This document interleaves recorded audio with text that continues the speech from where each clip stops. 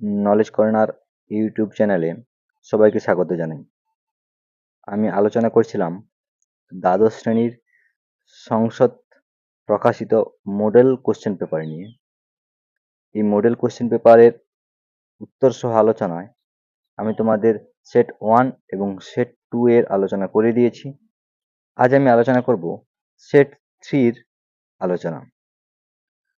আমি তোমাদের আলোচনা করছি ব্যাকরণ অংশ, এমসিকিউ এবং এসিকিউ উত্তর সহ। তোমরা এইগুলো করে গেলে তোমাদের উচ্চ মাধ্যমিক পরীক্ষায় এখান থেকেই কমন পেয়ে যাবে। তো আমি এইভাবে পরপর তোমাদের যতগুলো মডেল কোশ্চেন পেপার রয়েছে সবগুলোই আলোচনা করে দেব। আগের যে দুটো মডেল কোশ্চেন পেপার আলোচনা করেছি তার ভিডিও তোমরা এই ভিডিও ডেসক্রিপশন বক্সে পেয়ে যাবে। তো শুরু করছি সেট 3। তো প্রথমে রয়েছে কি না ব্যাকরণ অংশ, কারক বিভক্তি। বলছে 1 নম্বরে কি বলছে, বিদ্যান সর্বেসাং পূজিত। কোথায় দাগ আছে না সর্বেসাং, বিদ্যান সর্বেসাং পূজিত, দাগ আছে কোথায় সর্বেসাং। কি হবে না সর্বেসাং পদে কি হবে না বর্তমান কালে ত প্রত্যয়ের যোগে, বর্তমান কালে ত প্রত্যয়ের যোগে সর্বেসাং পদে কর্তায় ষষ্ঠী বিভক্তি হয়েছে। সর্বেসাং পদে কর্তায় ষষ্ঠী বিভক্তি হয়েছে। তাহলে বর্তমান কালে ত প্রত্যয়ের যোগে সর্বেসাং পদে কর্তায় ষষ্ঠী বিভক্তি হয়েছে। তারপরে রয়েছে দ্বিতীয়টা কি কৃপণং ধিক, ধিক শব্দযোগে, ধিক শব্দযোগে কৃপণং পদে দ্বিতীয় বিভক্তি হয়েছে, কৃপণং পদে দ্বিতীয় বিভক্তি হয়েছে। 3 নম্বর রয়েছে কি কেশেষু চমরিং হানি, কেশেষু চমরিং হানি মানে চুলের জন্য চমরি গাইকে হত্যা করা হয়। তাহলে কেশেষু, এই কেশেষু পদে কি হবে না নিমিত্তার্থে সপ্তমী বিভক্তি, নিমিত্তার্থে হবে সপ্তমী বিভক্তি।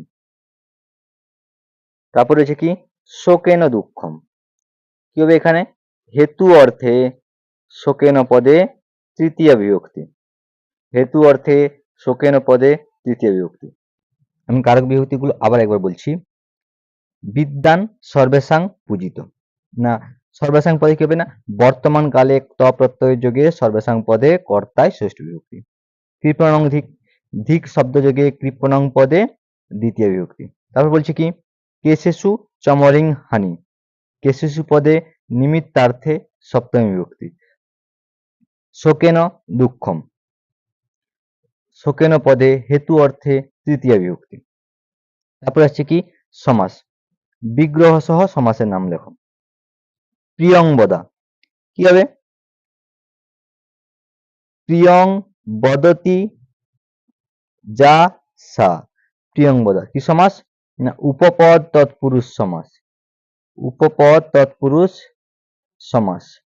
তারপরে কি অনুশিবম, শিবস্য পশ্চাৎ, শিবস্য পশ্চাৎ অনুশিবম কি সমাস অব্যয়ীভাব সমাস।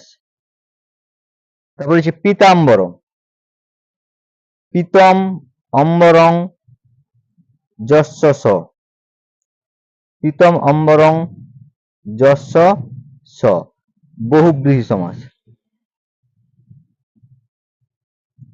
তারপর রয়েছে কি অর্থ পার্থক্য।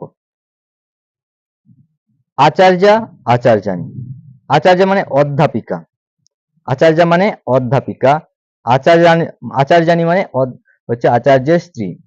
বলছে বাক্য কি হবে আচার্য দিয়ে না আচার্যা ছাত্রান পাঠয়তি, আচার্যা ছাত্রান পাঠয়তি। আচার্যানি কি হবে আচার্যের স্ত্রী, আচার্যানি আচার্যেন সহ বসতি।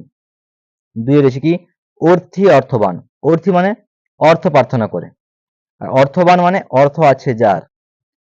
অর্থী দিয়ে বাক্য কি হবে না অর্থী ধনং যাচতে, মানে অর্থী অর্থ প্রার্থনা করে, অর্থী ধনং যাচতে। অর্থবান মানে অর্থ আছে যার, কি হবে বাক্য না অর্থবান জন ভিক্ষুকায় ধনং দদাতি। সি রয়েছে কি পূর্বাহ আর পূর্বাহ্ন, পূর্বাহ মানে পূর্বদিন আর পূর্বাহ্ন মানে দিবসের পূর্বদিন। পূর্বাহ মানে পূর্ব দিন। কি বলছে? পূর্বাহে বা পূর্বাহে তেন ইদং কৃতম, পূর্বাহে সে এটা করবে। আর পূর্বাহ্নে মানে দিবসের পূর্ব দিন। পূর্বাহ্নে স গৃহে তিষ্ঠতি, পূর্বাহ্নে সে বাড়িতে ছিল। এক কথায় প্রকাশ। দ্বিতীয় অপত্যং পুমান, কি হবে? দৈত্য। গন্তুমিচ্ছসি, জিগমিষসি। তারপর রয়েছে কি? কুটিলং গচ্ছতি, জঙ্গম মতে। পূর্বভূত, ভূতপূর্ব। তারপর রয়েছে পরিনিষ্ঠিত রূপ, সূর্যযুক্ত ইস, সূরি। ক্রিযুক্ত ক্তা, কৃত্তা। সুযুক্ত সংযুক্ত লড়তে, শুশ্রূষতে। উপপূর্ব গমযুক্ত লপ, উপগম্য। তাহলে এই হলো তোমাদের ব্যাকরণ অংশের উত্তর সহ আলোচনা। তো এরপর আসছি আমি এমসিকিউ ও এসিকিউ নিয়ে। কি রয়েছে প্রথম প্রশ্ন? চম্পু শব্দের অর্থ কি? গদ্য পদ্য মিশ্রিত কাব্য। নাক শব্দের সংস্কৃত প্রতিশব্দ কি? স্বর্গ। এরপর রয়েছে 3 নম্বর প্রশ্ন, অলি পর্বর পিতা ছিলেন। এখানে দুটো উত্তর হবে, এক দরিদ্রই ছিল, আবার পক্ষপাতহীন ছিল। দুটো যে কোনো লিখলে যে কোনো একটাই ঠিক হবে। অলি পর্বর কখন বনে যেত? না, অলি পর্বর ভোরে বনে যেত। ভোর আর সকালের তফাৎ, সূর্য ওঠার আগের সময়কে বলা হয় ভোর, সূর্য ওঠার পরে বলা হয় সকাল। তাই এখানে অলি পর্বর ভোরে, উষসী মানে ভোরবেলা, অর্থাৎ ভোরে বনে যেত। গঙ্গা কোন দেবতার জটা জলে বিহার করেন? মহাদেবের। 6 নম্বর প্রশ্ন, দেবতাদের ঈশ্বরীকে? গঙ্গা। শ্রীমদ্ ভগবদ গীতায় কার উপদেশ লিপিবদ্ধ আছে? শ্রীকৃষ্ণের। 8 নম্বর প্রশ্ন, কর্তব্য কর্ম কোন অবস্থায় করা উচিত? অনাসক্ত হয়ে। দ্রবিড় শব্দের অর্থ কি? দূরে। বাসন্তিক সপ্তমে রাজার নাম কি? ইন্দ্রবর্মা। উদ্বাহ শব্দের অর্থ কি? বিবাহ। ইন্দু শর্মার কন্যার নাম কি? না, ইন্দু শর্মার কন্যার নাম কৌমুদী। 13 নম্বর প্রশ্ন, মেঘদূত গীতিকাব্যের রচয়িতা কে? কালিদাস। ভারতীয় জ্যোতির্বিজ্ঞানের ইতিহাসে একজন বিখ্যাত জ্যোতির্বিদের নাম কি? জ্যোতির্বিজ্ঞানের ইতিহাসে বিখ্যাত জ্যোতির্বিদ হচ্ছে আর্যভট্ট। পঞ্চ সিদ্ধান্তিকা রচয়িতা কে? বরাহ মিহির। এরপর আসছি এসে কি উত্তর নিয়ে। আর্যাবর্তের কুলনারীরা কেমন ছিল? না, সতীব্রত পালনের ফলে সাধ্বী। সতীব্রত পালনের ফলে সাধ্বী। ফাল্গুন মাসে বৃক্ষের শাখা কেমন থাকে? ফাল্গুন মাসে বৃক্ষের শাখা বিপল্লব, অর্থাৎ পত্র শূন্য হয়ে যায়। এখানে ভুল দেওয়া আছে, তয়োরজনক হবে। তয়োরজনক বলতে কাদের পিতার কথা বলা হয়েছে? তয়োরজনক বলতে কশ্যপ এবং অলি পর্বার পিতার কথা বলা হয়েছে। তস্য দুরম্ছেদং, তস্য দুরাসদং হবে এখানে, তস্য দুরাসদং নাসিত। কার সম্পর্কে বলা হয়েছে? এখানে কশ্যপের সম্পর্কে বলা হয়েছে, তার কোনো জিনিস দুর্লভ ছিল না বা দুষ্প্রাপ্য ছিল না। অলকানন্দা কে? না, অলকানন্দা গঙ্গা। ইহলোকে কে পতিত হয় না? ইহলোকে গঙ্গাকে যে প্রণাম করে, প্রণমতি যস্তাং ন পততি শোকে, অর্থাৎ গঙ্গা প্রণামের ফলে ইহলোকে পতিত হয় না। শ্রীকৃষ্ণ কেন কর্মব্যাপৃত থেকেছেন? কারণ মানুষ যাতে বিপথে না যায়, আর মানে লোকশিক্ষার জন্য, অর্থাৎ সংসার যাতে পরিচালিত হয়, মানুষ যাতে বিপথে পরিচালিত না হয়, তাই। আর সাধারণ মানুষ যেহেতু শ্রেষ্ঠ ব্যক্তিদের অনুসরণ করে, তাই শ্রীকৃষ্ণ কর্মব্যাপৃত থেকেছেন, অর্থাৎ লোকশিক্ষার জন্য সমাজ ব্যবস্থাকে পরিচালনার জন্য শ্রীকৃষ্ণ কর্মে ব্যাপৃত থেকেছেন। নিয়ত কর্ম কি? নিয়ত কর্ম হলো শাস্ত্রবিহিত কর্ম, নিত্যকর্ম যা শাস্ত্রবিহিত রয়েছে। ইন্দু শর্মা ইন্দ্রবর্মার কাছে কি চেয়েছিল? না, ইন্দু শর্মা ইন্দ্রবর্মার কাছে কি চেয়েছিল?